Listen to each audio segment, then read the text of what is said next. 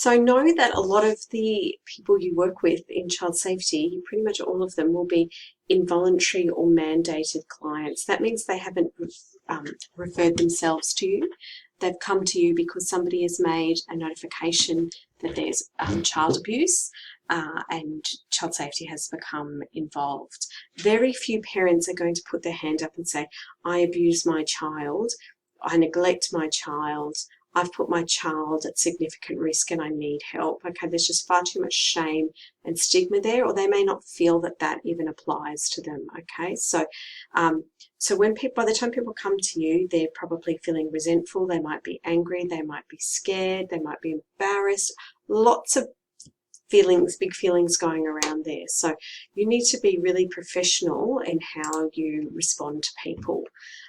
So they're forced upon you, they're forced to come and see you and participate. Sometimes that could be because of court or a legal arrangement.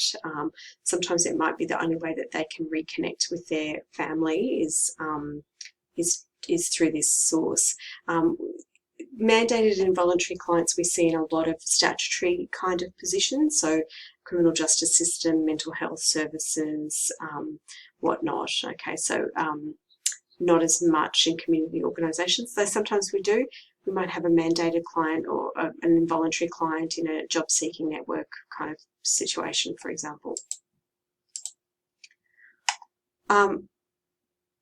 This is a great quote, isn't it? That the help seeking with people, it's broken before you even meet people. Okay, so no, this is really tricky. It's broken from the moment that you meet, I suppose. So you've got to be quite talented in what you're doing.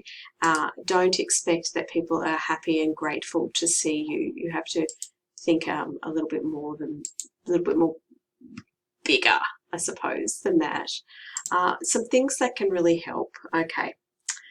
Beyond what's written there, things that I think really help is just to be honest, to be clear, to be authentic.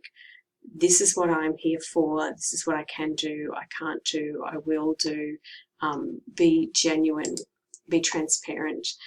Sometimes we could use a strengths approach, obviously, client-centered, motivational interviewing, all of those things might work as well. So just know that this area of practice can be a little bit tricky for you.